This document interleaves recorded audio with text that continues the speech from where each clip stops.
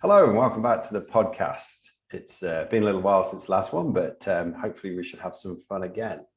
Today, my guest is Gabriella Braun. Gabriella, welcome to the show. Thank you. Thank you very much for inviting me. You're It's very great welcome. to be in WA, I know. even if I'm in London. You are in London. Yeah. So for those who haven't come across you before, could you quickly give us just so we can orientate and place who you are and what it is that you do that's kind of meant that we're talking now? Okay. I work with organisations, with leaders and teams in a wide variety of organisations. And basically, I help them to work as well as they can. And what I bring that's a bit unusual, pretty unusual to that, is that I apply psychoanalytic thinking and systemic thinking so I can help them really get under the surface and understand much more about their motivations, their dynamics, the stuff that's going on that is invisible but can really hinder the workplace and relationships, or if you can get under it and do something with it, can really help. And I've written a book. Yes, that's what I'm talking now. which is what has provoked us, because I've read this book and I was like, wow, I'm gonna reach out. So just to expand on that a bit further, many people will be aware of what a psychologist does, but what's the difference between a psychologist and a psychoanalyst, just so we're crystal clear?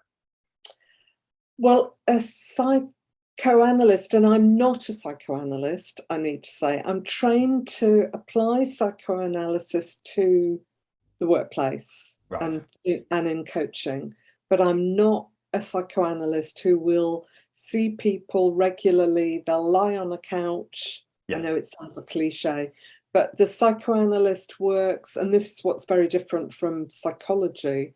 Psychoanalysis works with the unconscious. Yes. And that, I guess, is the biggest difference. So, and I also, in applying psychoanalytic thinking, I also try and get at the unconscious within the workplace. Yes, and I think, on the podcast, I have spoken to a psychoanalyst before, Jungian and dream therapists, and I just, it's always good to reorientate ourselves on that. And I think it's fascinating that we're talking about those deeper levels of all of us, which, as you said, are unconscious, unseen, often felt but difficult to articulate. And so as a result of that, I guess to some they can be kind of intimidating, scary, too difficult to handle, particularly if we're talking about a workplace. So go on, carry on. Sorry. Sorry, you were about to say something. I think, people can be intimidated if they think you're coming into a workplace to analyse them.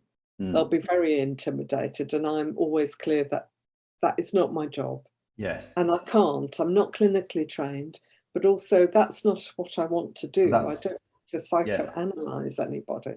Yeah, and I think that's a really interesting delineation to make, because often people will think of, probably hear the word psycho at the front, and then immediately clump psychotherapist, psychoanalyst, psychologist, counsellor into a thing, and then it's like, well, I must have a problem to need to go to these places. But there are different gradients of that. There's different scales of grey that this can be applied to. Yeah, absolutely.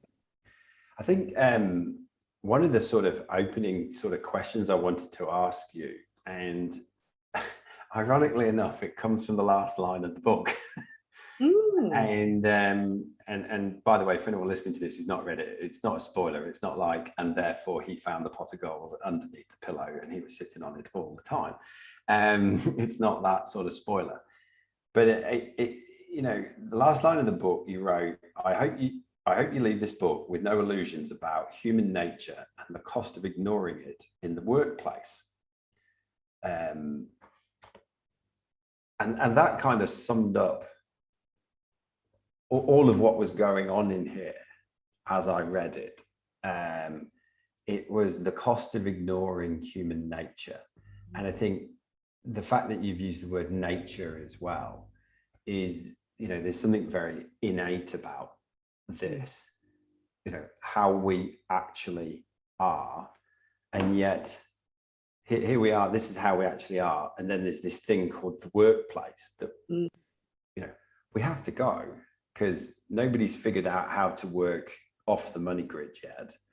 And contrary to, financial freedom just for some people means having more money, but that defeats the object. But anyway, back to the point is that you have this human nature and you have this workplace, and yet the two have to interact. Yeah. I guess, can you tell me more about how you see the two interacting? Okay. I suppose this is a slightly roundabout way of answering your question, but I suppose what I see a lot is that what we try and do in the workplace is pretend that they don't interact. Yes. So we behave as if we can be entirely rational and logical, and we can work with targets, and we might do psychometric tests to help in terms of personality and what our preferences are, etc., and that helps understand certain things. But basically, we don't go deeper than that, as if the workplace isn't infused with human nature. Yes. So that would be my starting point, and I believe, absolutely fervently believe, that you can't cut out human nature when there are human beings there. No. And given that the workplace is full of human beings, usually, human nature is there and it does interact. And if we ignore it and pretend it's not happening, we can get in a mess and we can miss all sorts of vital things. I mean, I suppose one really obvious example that we think about very commonly in the family, but we don't think about in the workplace, is sibling rivalry. It's become common parlance for families, hasn't it, to talk about rivalry between siblings. It's not at all commonly talked about in the workplace. And yet our peers in work are our siblings. Yes. And actually, why wouldn't we bring some sibling rivalry into that context as well? Particularly given, some of the foundational elements of the workplace are that it's individualized, it's competitive, and it is hierarchical. Exactly.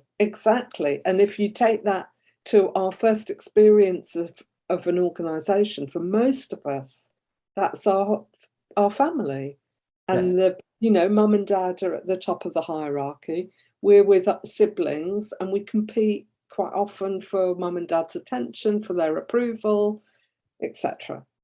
And I guess that I get like you said, because the workplace is only wanting this small part of us, I guess hence why you've called it All That We Are. Because it is all that we are that turns up. I think you use the analogy of we can't leave part of us with our pajamas under our pillow.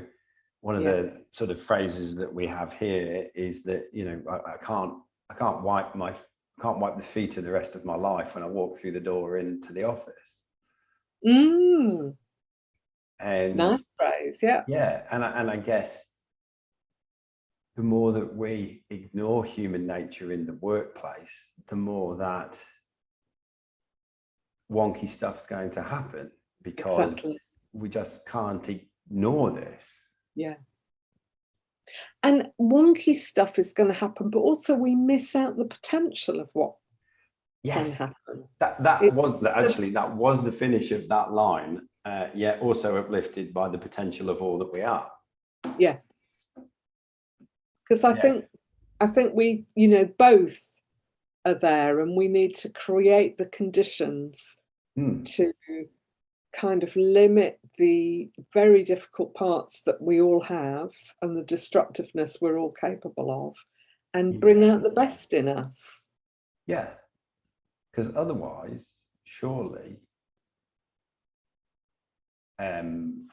just looking at a small percentage of it, a small percentage of who we are, you know, you continue that. That's quite neurotic, really, isn't it? That was, Yeah. you know, it's you know, compartmentalizing a small part, and then we end up living in that because we spend a significant proportion of our week in that box. No wonder people start to go a bit stir crazy and we have workplace mental health issues. Absolutely. Well, one of the reasons that I wanted to write the book was that I think the workplace can be so, I mean, it can be great, can be absolutely great, but it can be so damaging for people. And we know that, you know, mental health in the workplace, there's actually a lot of mental ill health in the workplace. There's terrible statistics on stress and depression and anxiety. Yes. From work. And, you know, I think we've somehow gone badly wrong. Yeah. Is part of that, a lot of the focus is, how do I put this? A lot of the focus I find is, okay, well, we'll stick an EAP, an employment assistance program in, and you can have 10 sessions with a counsellor and we'll do some well-being training and stuff like that. But it's all on the individual, Yeah. without necessarily looking at the organization and the structure of the workplace, which is creating the conditions that give rise to this. I absolutely agree with that. I think when coaching became so fashionable, one of the reasons for the fashion, I think, was a kind of outsourcing of organizational issues. Yes. And you even outsource individual stress to a coach. And you say to the employee, look, we're being very generous. We're going to pay for you to have all this wonderful coaching. But actually what you're saying is, we don't want to know about your problems. And we certainly don't want to know how they relate to what the organization might be doing. Just take them off. We'll outsource them. Take them to a coach, and, you know, then you'll be fine, and we'll be fine. Go to a nice room, sit on the sofa, drink some tea and biscuits, have, you know, pour me and a bit of tears, and come back when you're ready. Yeah. Yeah. And we don't have to know about it or be contaminated with it. Yes. Yes. I guess the other part of that line that I wrote out is this reference to human nature. And it would strike me that in a world where, like, particularly we spend a lot of time in the workplace, which has these characteristics that we've just talked about, that we can become quite disconnected from our human nature, whether that's individual and or collective. And I wondered whether you could give us a bit of insight into what you see as more our sort of innate human nature.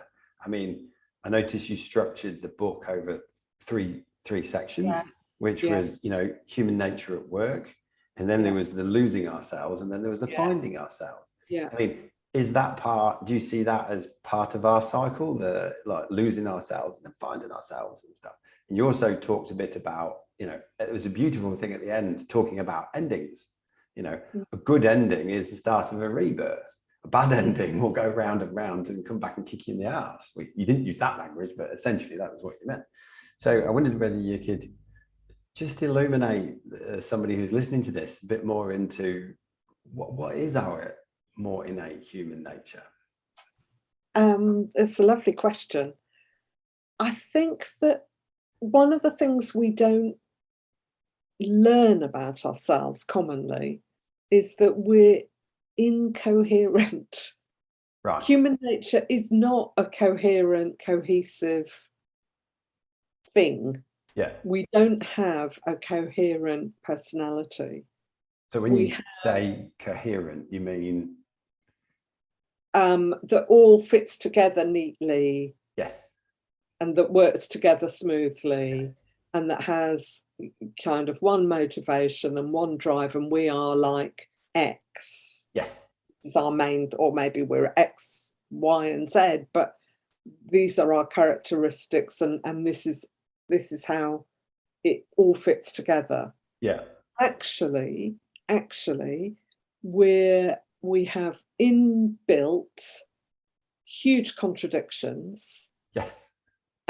We have many different parts of ourselves, and they will often vie for position within us. Yes. And the contradictions are a very basic contradiction that I suppose I play with or work with quite a lot in the book, is that between our destructiveness and our constructiveness. Yes. And hence, after the bit about human nature at work, I did the losing ourselves and the finding ourselves, because I think it's not uncommon for us to be in battle with ourselves, and a lot of the time, well, it's ordinary, it's happening all the time. Mostly we don't know about it, it's in our unconscious. But sometimes it really comes out and we do know about it. We might hear an inner voice that's maybe hugely critical and putting us down, and we're trying, another part of us is trying to say, will you shut up and let me just do what I'm doing? So then it's more this conscious. Is not helping. Yeah, exactly. This really isn't helping. Yeah. Then that's conscious then, isn't it? We know that there are at least two different things going on in our heads. But actually, there's lots of different things, and a lot of them we don't know about, but it doesn't mean they're not affecting us. So I suppose I wanted to, first of all, show something of the basics of human nature, including things that we kind of put negative labels on. But I wanted to say, yes, that they're extreme, they're problematic, but actually, like paranoia, for instance, at its extreme, of course, it's problematic, but actually it's also ordinary. And we kind of need a bit of it in order, if we didn't have any of it, we'd be so gullible we couldn't manage life. So we need a bit of it to manage, but also it's really ordinary. I think the story I wrote about paranoia, I hope, showed an ordinary take on what can happen to us all. So I was trying to show, the drive for life and the drive towards death, and how they rear their head. And all those parts of the human nature, the things that drive us, that are just there and just drive us and come out in different ways. And of course, our nurture, our family history, all of that will have an influence of their dominance and prominence within our personality, but they're always part of human nature. And then I suppose the losing and finding ourselves, I mean, developmentally, I think the destructiveness comes first, but then as we mature, that we can go round and round these places. In an hour, you might go from something that's destructive to something constructive, or it might take months or minutes. We're going round and in and out of those places a lot. Yes. I really like that, the fact that we are contradictory. We have these competing forces within us, and that we do have drives towards greatness and drives towards destruction. I think you referred to it as like a life drive and a death drive, and I was like, that's pretty cool. That's and I think deep down we all know when we've been sort of net dragged towards a death drive, or a downward spiral. For all the positives that are going on, there are negatives, and it ends up being net negative, and it's pulling us down. And then there are times when things are more positive, and it's net positive, and they're pulling up. And I think that idea of almost like net positive, as in there's always competing forces, but at that point we're off.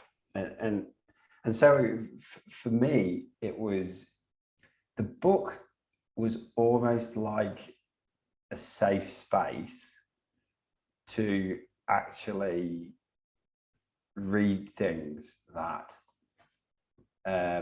actually happen. And I mean, it's not just, oh, they actually happen, but this is really, really what we're like when we go to work. You know, I mean, look, I like creating safe spaces for people to talk about stuff because this is how I do the podcast.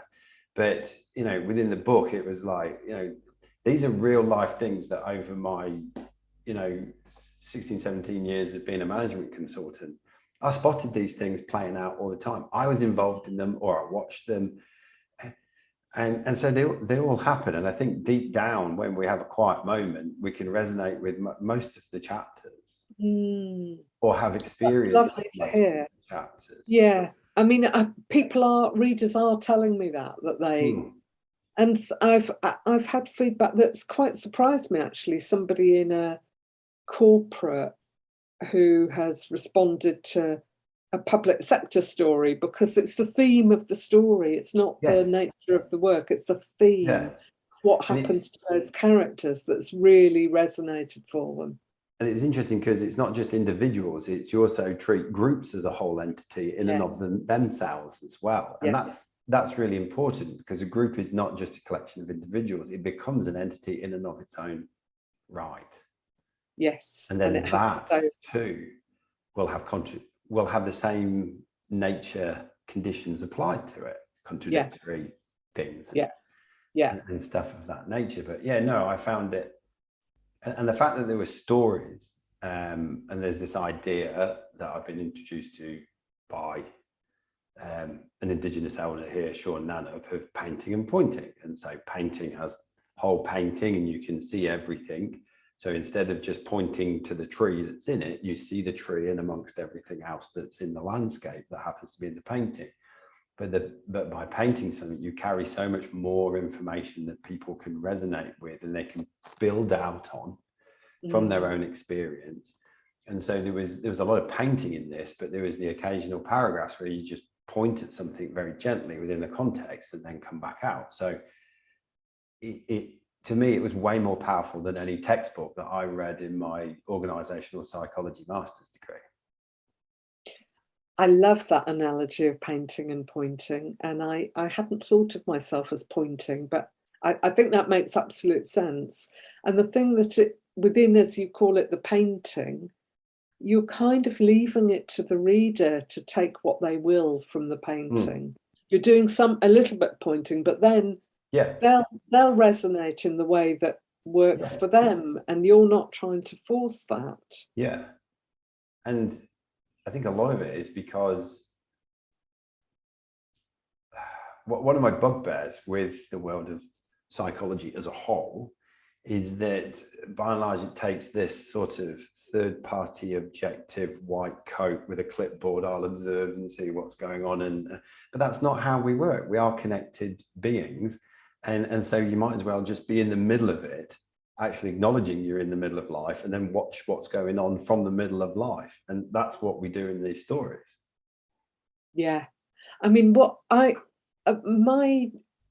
my journey of writing this book, I was always determined I wasn't going to write a textbook. I wasn't going to write an academic book. I wasn't going to write a book for people like us, you know, who had some psychological training, work with organisations. Fantastic if people like us like it.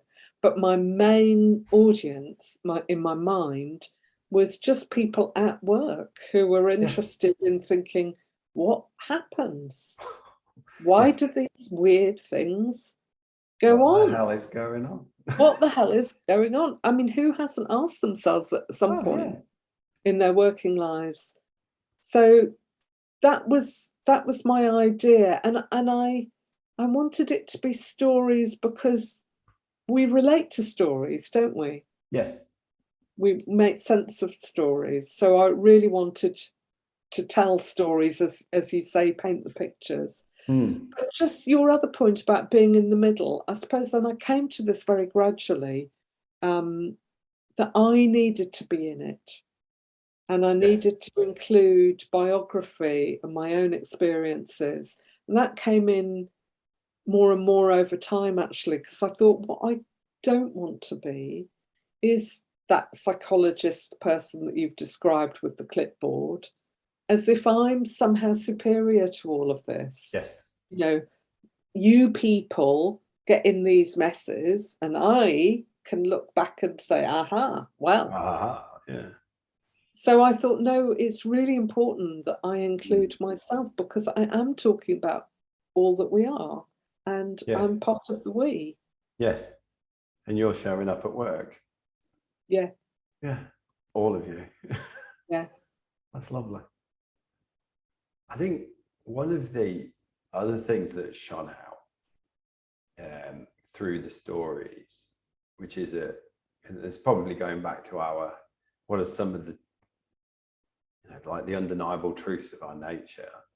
One of the things that seemed to jump out to me is that in what we think is a very rational and cognitive environment, the workplace, there's a lot of emotions flying around. Yeah. There's a lot of emotions flying around. Yeah. You know, there's a fantastic line that you put in there, which is feelings don't follow plans, right? I read that and I was like, that is gold. I will be using that shamelessly. And you know, and it's not just that we don't allow for it. It's not just that we don't, but we don't seem to normalize it. We don't seem to even have the tools. I mean, I asked myself the question, given that, we're frequently going through change in the workplace, which means that as something finishes, something needs to start. But in order for something to finish, we do actually need to mourn and grieve it before we move on to the next thing. That's one of the biggest things that comes out in this. And that if we don't deal with those rising emotions and get into them appropriately, well, no, I'm going to take the word appropriate. Unless you don't get into them, they're going to just spiral around and come down here, and then it's going to be a stinky smell leaking up from the cellar downstairs inside. Yeah. But then I asked myself the question: but how do you do that in the workplace? Where are the tools? And I was stumped. Yeah. And I think that's what happens a lot of the time. We don't have the tools. And for me, the tools are actually the language. Right. And the safety.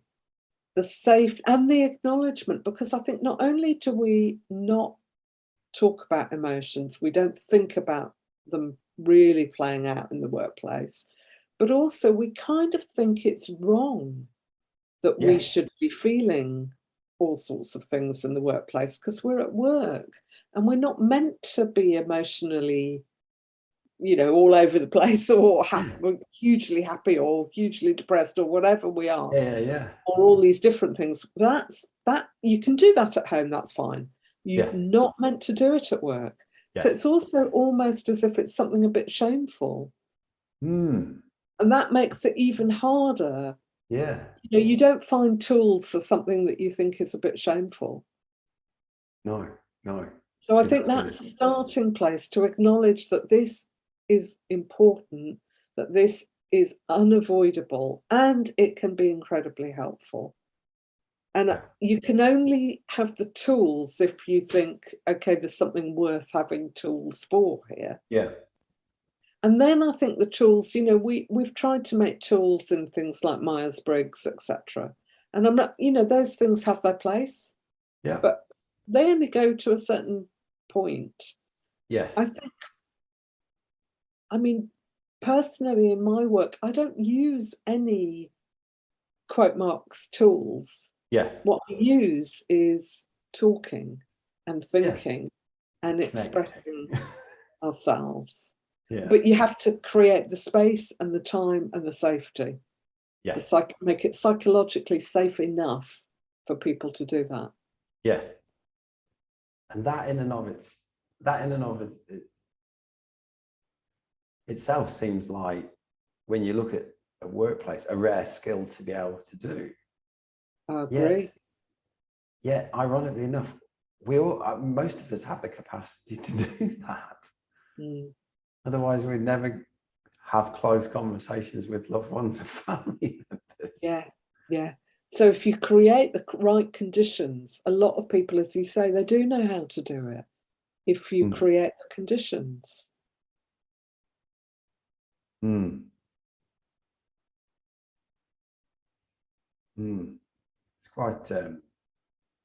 It's kind of deep and sensitive and simple, all in equal measures, isn't it? I think that's right. I mean, there's one story where I ask the founders of an organisation how they are, and they say they're fine. Yeah. I think it's that story, and I say, yeah, but really, how are you? And they say, well, we don't ask each other that. Yeah, that's intrusive. I'm responding to you saying it's also simple. I mean, that is really simple. How are you? But really, how are you? Yeah. And not taking Not some just I'm fine. Crappy answer. And really, how are you? Yeah. Because, and I guess from that, you talked about, there's a chapter in there about talking about the unspeakable truths and things of that nature. Of, I guess there's a fine line between repetitive moaning and actually being able to sit there in a safe space and go, do you know what, all this is shit right now, and people taking that seriously in the workplace. But where do you find the space for that? Usually when things have gone catastrophically wrong. I mean, I think I don't know what the experience is like in WA. I think talking to leaders here, some leaders, I think COVID has kind of accelerated change for the better, or potentially accelerated change for the better. So people realised during lockdowns, leaders, of course, were asking staff, really, how are you? And making space for that, and prioritising the looking out for and after their staff. And I think some of those conversations will remain, because I think people started, also the barriers between your private self and your professional stuff broke down. You would see each other in your houses, in people's bedrooms, and you went into people's private space, literally. Very true. Over Zoom or Teams. So some of those barriers broke down. And also, people weren't all in the same boat by any means, but everybody did experience a kind of existential threat to life that we weren't used to. Which would then start to play at some of the basic foundations of many of the illusions that they hold dear to navigate life. Exactly so. So I think some of those conversations changed, and I think there are organisations and leaders that now think, actually, we mustn't go back to how we were.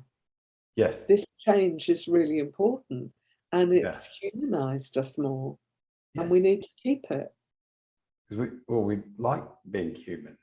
Yes, we like being human, and we can see the benefits. That's what we're here to do.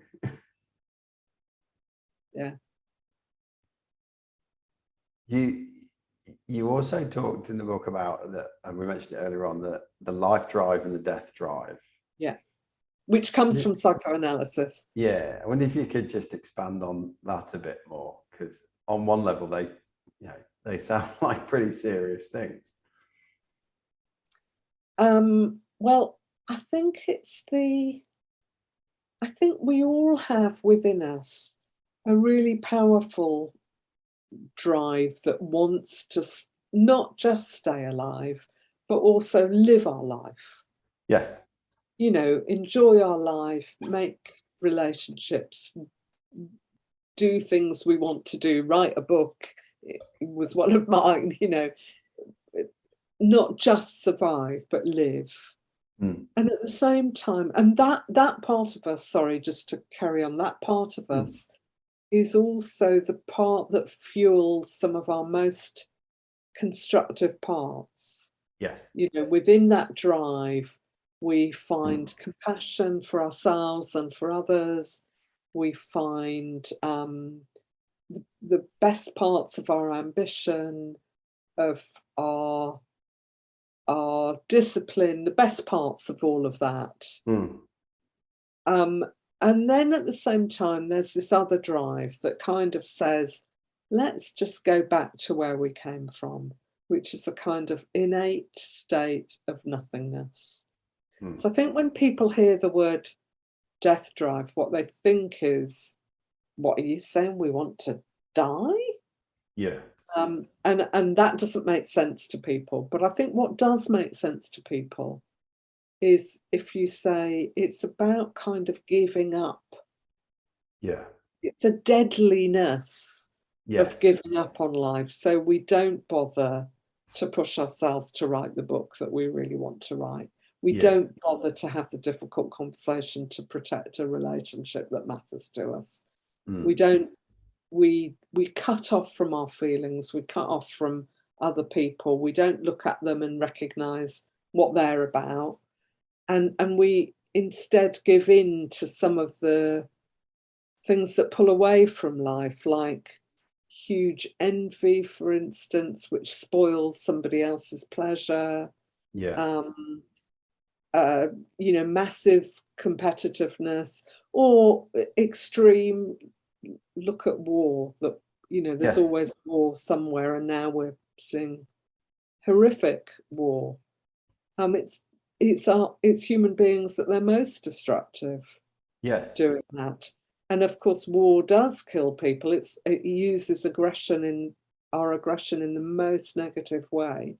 Yes. But on a day-by-day basis, we might find that we just can't really be bothered.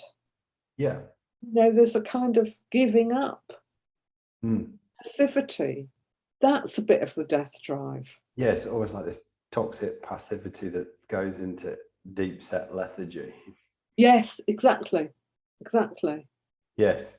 And I think this is not just within individuals, but it can be within collectives and teams as well. Definitely. I think whilst someone who's listened to this might, I don't know how they are with their own mortality in life, and they might find this a bit triggering on an individual level, but I'm sure many people have been in a group where either the wheels came off and then unbeknown to them, or they can't put their foot on it, but finger on it, but there was this drive and the team, you know, fragmented and disintegrated.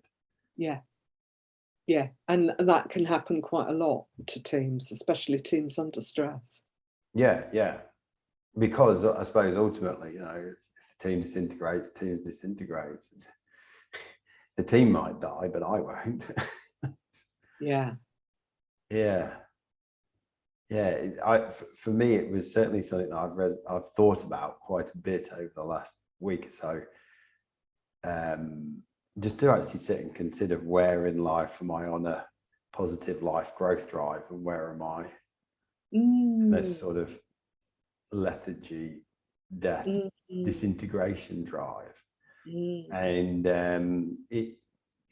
for me, it's not just Bryn is, I mean, yeah, look, I talked about earlier on net positive and net negative, and you know, maybe if you chunk it up to a global scale, you could look at it from that perspective. But I found it more interesting to be more nuanced and look at different aspects of life. And I yeah. think I think that's really helpful, because it is more nuanced usually. Yes. And you can be doing a bit of both, you know. Yeah. I can be full of life over here and full of death over there. Yeah. Yeah. And that's, I've certainly got that. So for the I'm going to ask you pretty much the same question with 3 tilts on it. So for the everyday person who goes to work, what would you hope that what sort of chords would you hope that the book and the messages in it resonate with them? Oh, I would hope that what resonates with them is the complexity of human nature and how that plays out in the workplace inevitably, and that therefore it's okay and positive to actually think about it and take account of it and give it time and space. I'd hope that what would resonate is also the bits for them that they see, oh God, yeah, I do that. Oh, that's worth me thinking about. Yeah. And the bits that they think, oh, now I think I understand what happened in that situation that I could never get my head around. I could never understand that at all. That would be lovely if that resonated. And I suppose most of all, it's something about we are human beings. We are complicated. We have good stuff. We have shit stuff. Sorry. Yeah. And how can we make our workplaces more humane? Yes. Yeah. So we can move I'd love that. I'd love that to really resonate with people. Because I guess I was going to ask you the same question. Humane?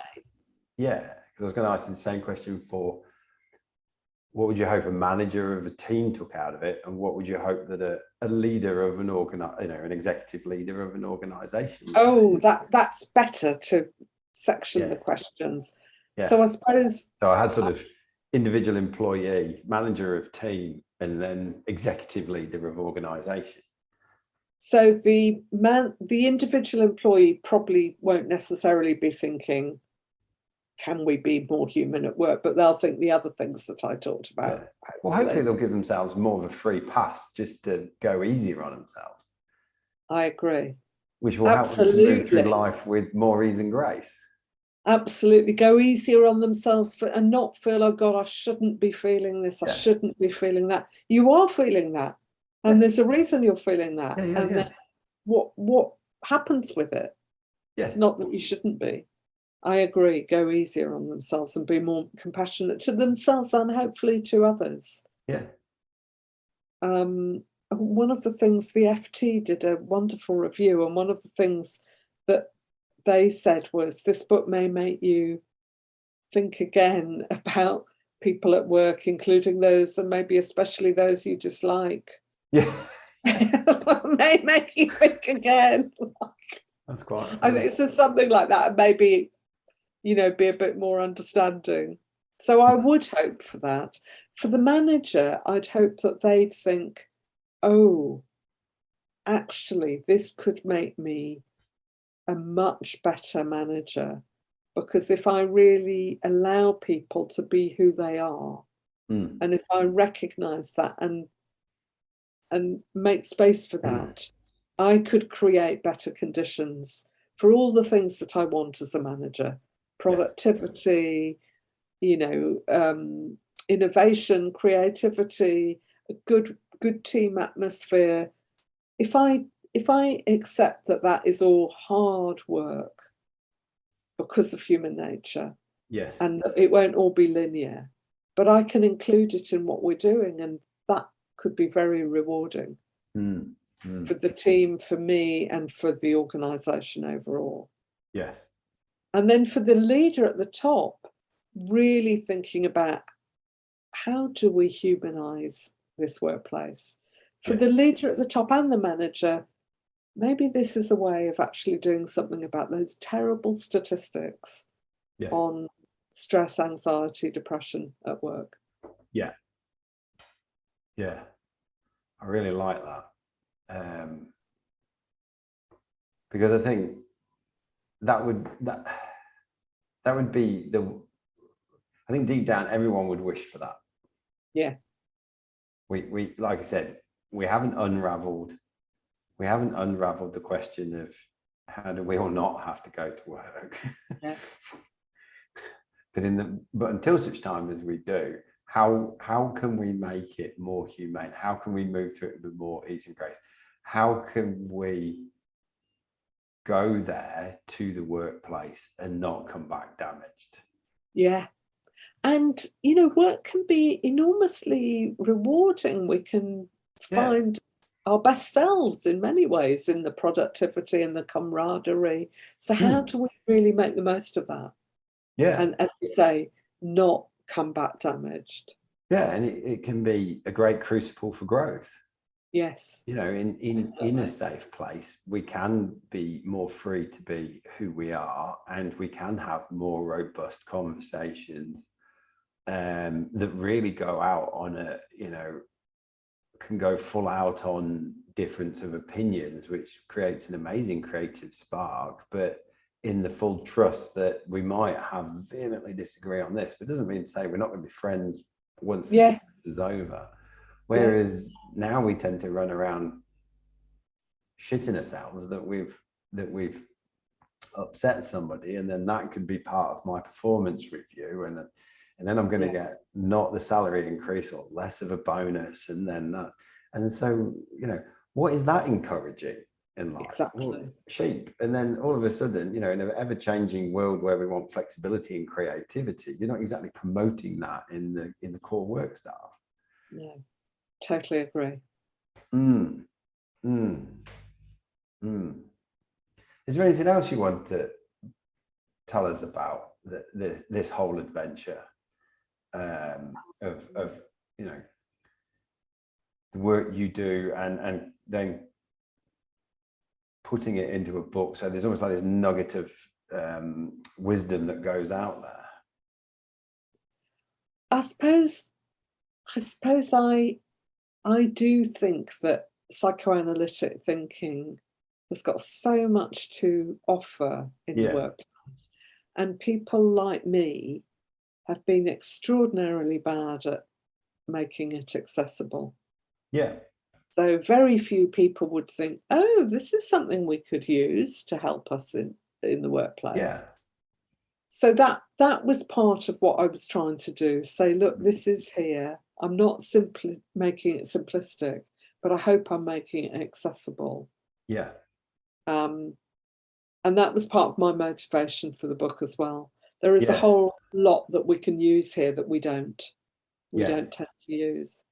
And I think this is sort of coming back to where we started with, because we're talking about deeper unconscious stuff, we can't always point to it. We need the painting of stories in order to orientate ourselves. Yeah. Because, from the outside, it's scary stuff.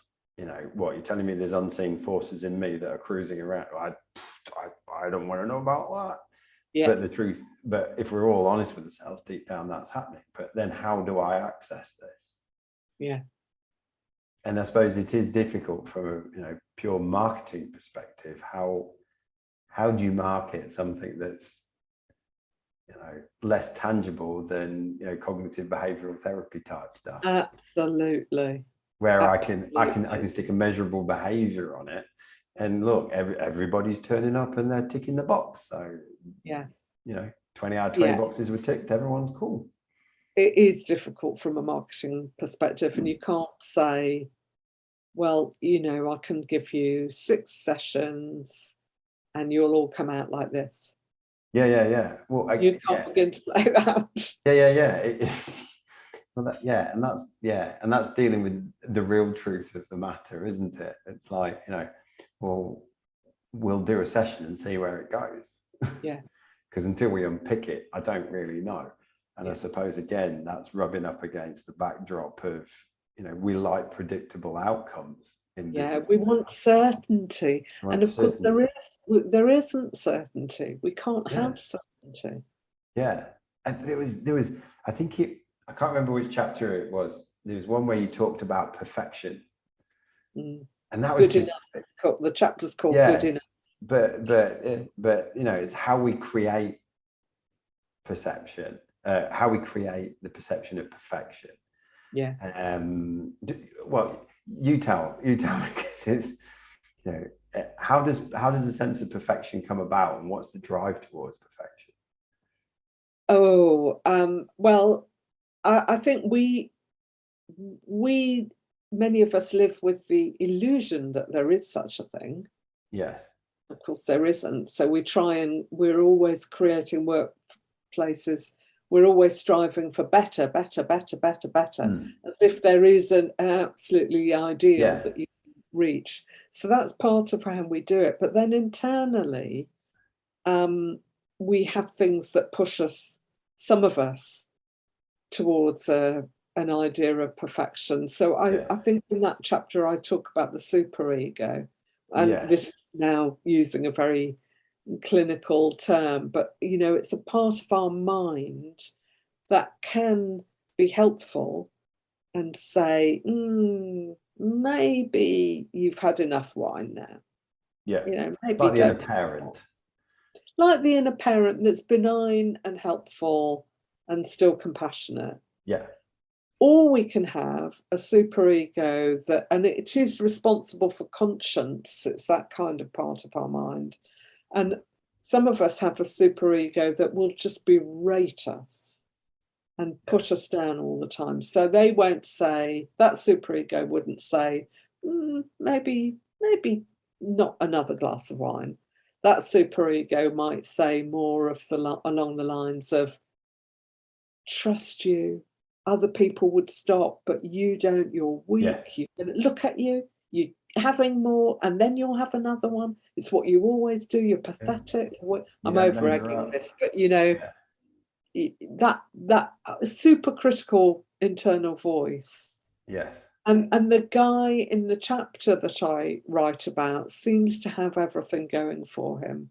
But it turns out that he's got a very harsh internal voice that is berating him. And that really makes life hard for him. Yes, because there's this relentless drive towards a perfection state. Yeah, and he's never good enough in his own eyes. He's not good enough.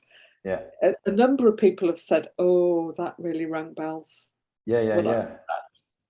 And even if you do reach a sense of perfection, part of that is you've had to trim off a lot of the rest of your perception, your grip on reality, just to have this nice perfect state.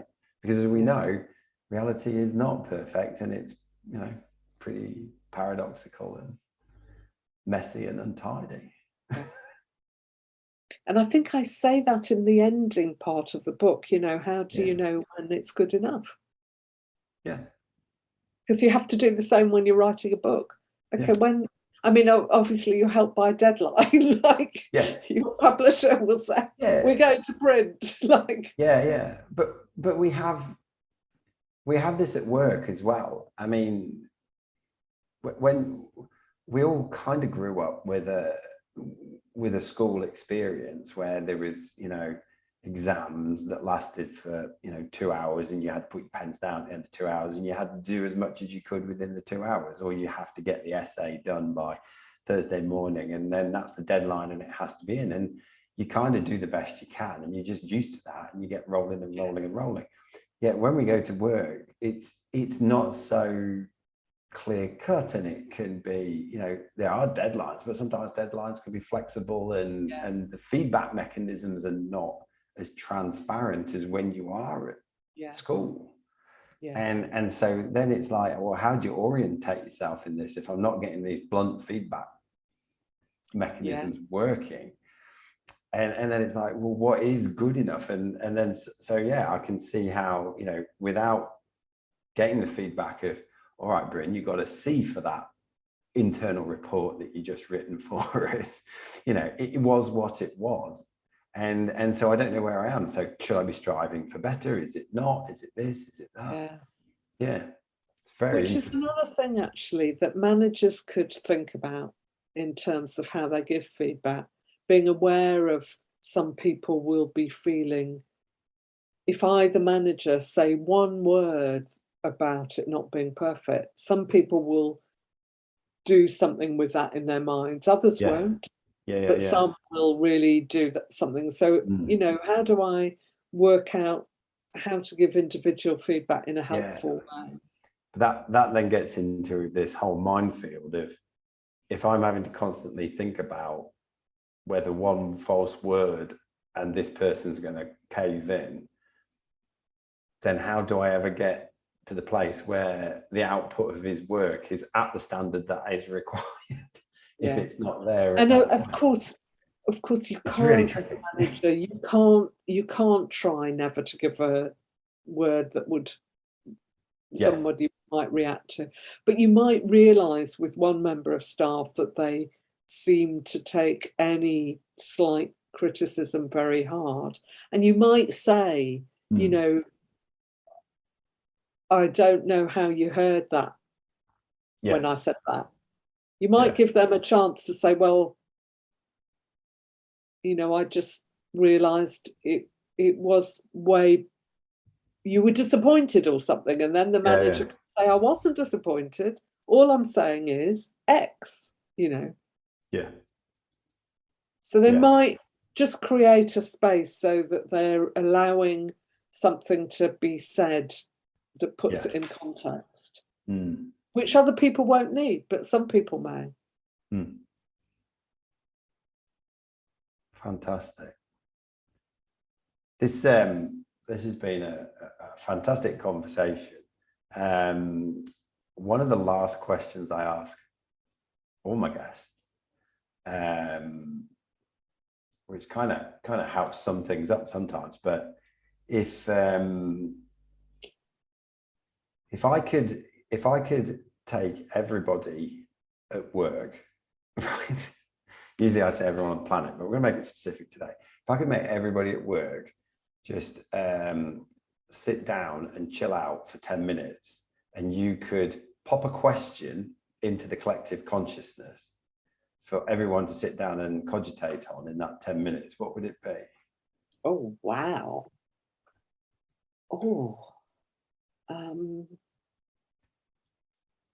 think it would be, what am I missing about myself in the workplace? What am I not aware of? What am I not noticing? What am I not seeing in myself, in my reactions in the workplace? Because I think the starting point has got to be with our own self-awareness. Yes. So what am I not someone seeing? else's. No, I think we've got to start with ourselves. What am I not seeing about myself and my interactions in the workplace? My judgments, my interactions in the workplace. Love it. That's great. The thinking behind that is, one, about self-awareness, but two, about thinking about our own contribution to things. So sometimes, you know, you can come out of a meeting and think, my boss is the worst boss on the planet, and if only I had a different boss, life would be hunky-dory. Or that bloody colleague drives me absolutely berserk, and if it wasn't for them, everything would be fine. And what we miss is the part I mean, those may be true, but also we may miss the part, what we did to provoke the colleague, how we make the boss, how we actually make it harder for them, so they might be harder on us. You know, the bits that we play in that. Yeah, no, I like that. There's many levels and layers to it. Yeah. Super. I really enjoyed this conversation. Thank you Me so too. much. Really enjoyed it a lot. Thank you. It's been a lot of fun. And obviously, this is the book. Where can people find it and find you? They can find me on my author website is gabriellabraun.co.uk. The book, and there are links to the book there. There's Amazon, Waterstones. Yeah, they are selling it in Australia as well. Right. Yeah. Well, that's how I got a copy. Yeah, exactly. So you should be able to get it quite easily. Yes. I think I got it via I think it was the Book Depository or Booktopia. The Book Depository, that's a good one to mention because they also don't charge for selling abroad. I mean, Right, for yeah. sending it abroad. That's so they're right. a good one. And there is a link to them on my website. Superb. There we go. Thank you so much. Thank you so much for your time.